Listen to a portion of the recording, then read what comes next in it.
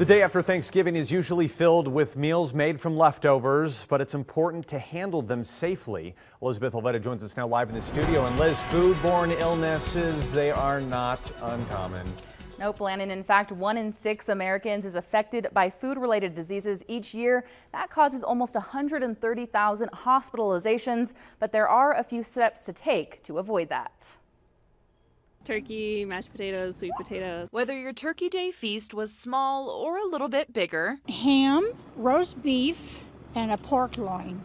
Macaroni and cheese, mashed potatoes, dressing, corn, green bean salad, rolls, apple pie, pumpkin pie, pecan pie.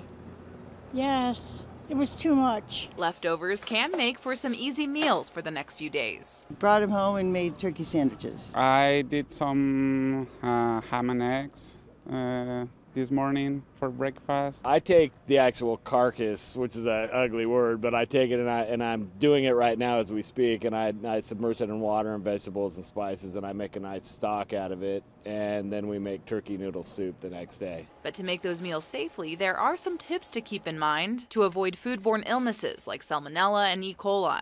First, store any leftover food within 2 hours of cooking. We ate really quickly, so it was back in the fridge probably within an hour.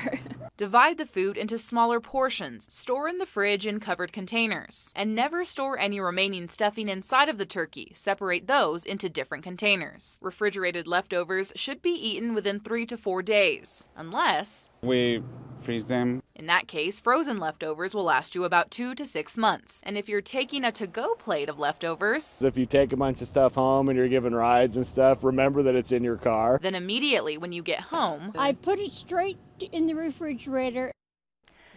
now, when reheating your leftovers, they should reach at least 165 degrees measured with a food thermometer. For more food safety tips, you can visit our KTVN News app. Covering the story live in the studio, Elizabeth Olvera, 2 News.